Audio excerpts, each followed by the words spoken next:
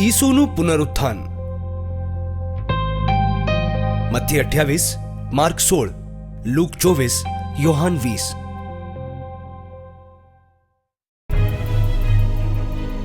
અચાનક જ ભયંકર ધરતીકંપ થયો. પ્રભુનો એક દૂત સ્વર્ગમાંથી ઉતરીને કબર પાસે આવ્યો અને પથ્થર ગબડાવીને એની પર બેસી ગયો. એનું મુખમંડળ અત્યંત તેજસ્વી હતું અને એના વસ્ત્રો બરફ જેવા ઉજળા હતા.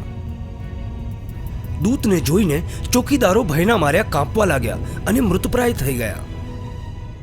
વિશ્રામના દિવસ બાદ મરિયમ મગદલાની, યાકૂબની માતા મરિયમ અને શલોમીએ સુગંધિત દ્રવ્ય ખરીદ્યું, જેથી જઈને ઈસુના શરીર પર લેપ લગાવી શકે. પણ જ્યારે તેઓએ આંખો ઊંચી કરીને જોયું તો ખબર પડી કે એ પથ્થર જે ખૂબ જ મોટો હતો, એક બાજુ ગબડેલો હતો.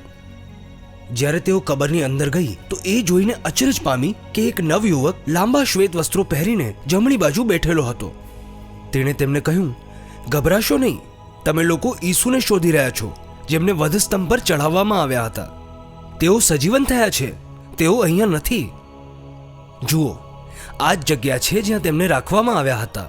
જઈને તેમના શિષ્યો, ખાસ કરીને પિતરને કહો કે ઈસુ તમારી પહેલા જ ગલીલ પહોંચી જશે. ત્યાં તમે તેમના દર્શન કરી શકશો, જેવું તેમણે તમને કહ્યું હતું. મરિયમ મગદલાની, યોહાન અને યાકૂબની માતા મરિયમ અને અન્ય સ્ત્રીઓ જે તેમની સાથે હતી કબરમાંથી પાછી ફરી અને આ બધી જ વાતો 11 તેમજ બીજા શિષ્યોને પણ જણાવી.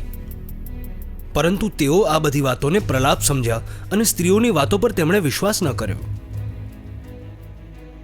પિતર અને એ બીજો શિષ્ય કબર તરફ ચાલી નીકળ્યા. તેઓ બંને એક સાથે દોડ્યા. બીજો શિષ્ય પિતરથી આગળ નીકળ્યો અને પહેલા કબર પર પહોંચ્યો. તેણે નમીને જોયું કે કફનની પટ્ટીઓ પડેલી છે, પણ તે અંદર ન ગયો. સિમોન પિતર તેની પાછળ પાછળ આવ્યા અને સીધા કબરની અંદર ગયા. તેમણે જોયું કે પટ્ટીઓ પડેલી છે અને ઈસુને માથે જે ખેસ બાંધવામાં આવેલો એ પટ્ટીઓની સાથે નહીં, પણ બીજી જગ્યાએ ઘડી વાળીને અલગથી મૂકેલો હતો.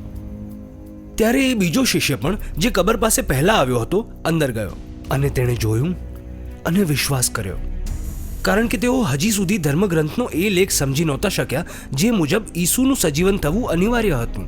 ત્યારબાદ શિષ્યો પોતાના ઘરે પાછા ફર્યા.